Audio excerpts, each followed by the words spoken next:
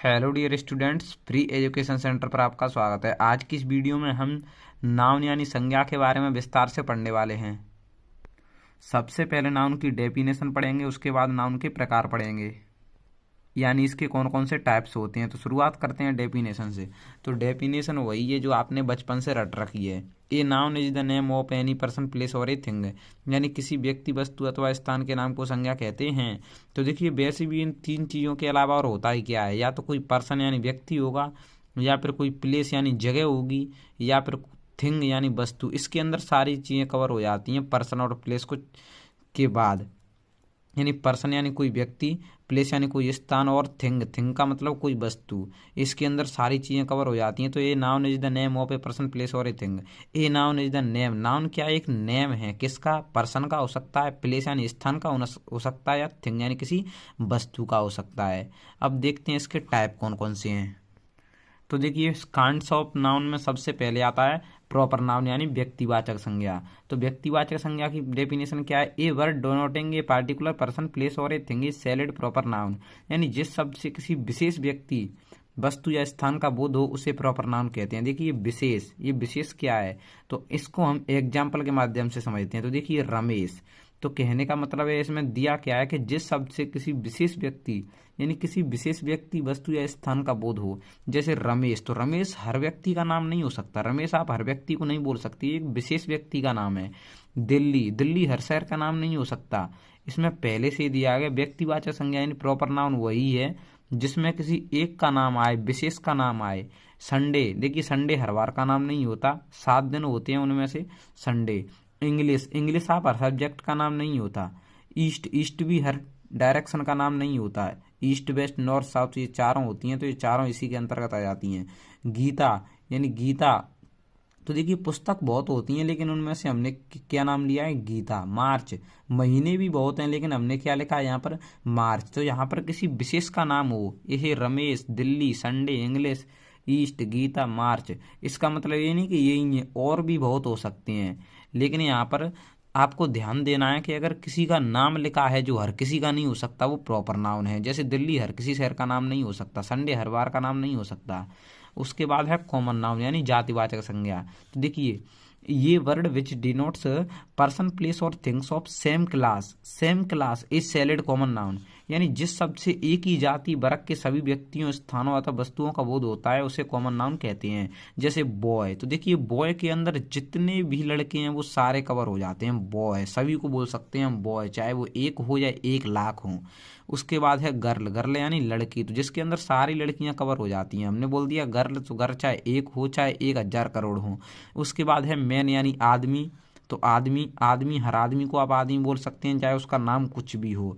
Village यानी गांव, यानी देखिए ये गांव, तो इसके अंदर सारे गांव आ जाते हैं विलेज। सिटी यानी शहर, इसके अंदर सारे शहर आ जाते हैं। स्पोर्ट, स्पोर्ट यानी खेल, तो इसके अंदर सारे खेल आ जाते हैं। क्रिकेट भी आ जाता है, बिल्कुल आ जाता है।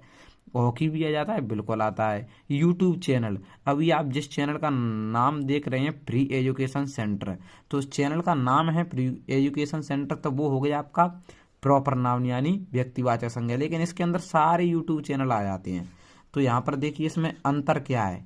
यहाँ पर लिखा है बॉय, तो बॉय हम किसी भी लड़के को बोल सकते हैं, लेकिन रमेश हम किसी भी लड़के को नहीं बोल सकते, इसीलिए ये प्रॉपर है और ये कॉमन है। उसके बाद लिखा है ये दिल्ली, दिल्ली हर सिटी का नाम नहीं हो सकता, लेकिन सिटी हम हर सिटी को बोल सकते हैं।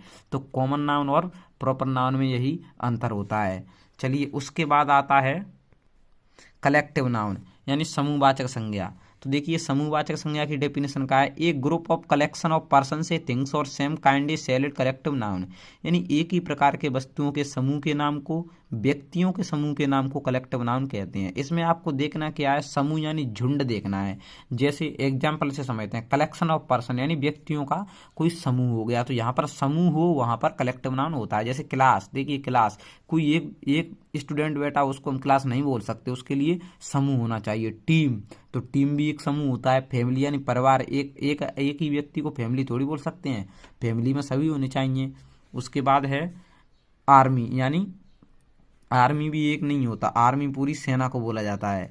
तो कलेक्टिव नाउन के अंदर क्या आता है? कलेक्शन यानी समूह। उसके बाद है मेटेरियल नाउन यानी पदार्थवाचक संज्ञा। तो देखिए, पदार्थवाचक संज्ञा की डेफिनेशन क्या है? The substance extracted from nature of which some other things made is solid material noun, यानी प्रकृति से प्राप्त उस पदार्थ को जिससे अन्य वस्तुएं बनाई जाती हैं उसे मटेरियल नाउन या पदार्थवाचक संज्ञा कहती है। जैसे गोल्ड, गोल्ड का मतलब होता है सोना, मिल्क यानी दूध, सिल्वर यानी चांदी, वुड यानी लकड़ी, ईटीसी। तो देखिए यहाँ पर क्या है कि प्रकृति से प्राप्त उस पदार्थ को जिससे अन्य वस्तुएं बनाई जा सकती हैं। और एक बात और बता दूं, मटेरियल नाउन में सिर्फ आपको इतना ध्यान में रखना है कि नापने तोलने वाली चीजें जो होती हैं, जैसे गोल्ड, गोल्ड को किस में नापा जाता है? किलोग्राम में। मिल्क को लीटर में, सिल्वर को किलोग्राम में। तो जो नापने तोलने वाली चीज़ें होती हैं उनको हम मटेरियल नाउन कहते हैं। चाहे नापने तोलने वाली चीज़ों के अंदर कुछ भी आ जाए वो सब मटेरियल नाउन कहलाएगा। उसके बाद है एब्स्ट्रैक्ट नाउन। तो the noun which denotes quality, देखिए quality, state, condition, action is called an abstract noun. तो जिस संज्ञा से किसी गुण, अवस्था या कर्म का बोध हो उसे एब्स्ट्रैक्ट नाउन में भाववाचक संज्ञा कहते हैं। जैसे ऑनेस्टी, ऑनेस्टी का मतलब होता है ईमानदारी। तो देखिए ये क्या है? क्वालिटी है यानी गुण है। हाइट, हाइट मतलब ऊंचाई, ये भी एक क्वालिटी है। स्लीप यानी सोना। तो देखिए जितनी भी वर्ब्स हैं यानी क्रियाएं हैं वो सब इसके अंदर आ जाती हैं। जैसे स्लीप, गो, और भी किसी भी चीज़ की मीनिंग हो सकती है, आना जाना, खाना पीना, नहाना धोना, ये सब एब्स्ट्रैक्ट नाउन के अंतर्गत आ जाती हैं। और जो दिखाई न देने वाली चीज़ें होती हैं वो एब्स्ट्रैक्ट नाउन के अंतर्गत आती हैं। जैसे गो यानी जाना, लव यानी प्यार, तो ये दिखाई नहीं देता। पूरे यानी गरीब, ये कंडीशन हो गई। एक्शन मतलब कोई कार्य हो गया, तो ये सब एब्स्ट्रैक्ट नाउन के अंतर्गत आ जाता है। जैसे कलर, चाइल्डहुड यानी बचपन, और भी कोई भी हो सकता है। तो मैं आशा करता हूँ आपको ये नाउन अच्छे से समझ में आ गए होंगे। अगर इसी प्रकार बहुत ही सरल भाषा में ग्रामर पढ़ना चाहते हैं तो इस चैनल को सब्सक्राइब जरूर करें। मिलते हैं आपको फिर किसी नए टॉपिक के साथ। जब तक के लिए जय हिंद, जय भारत।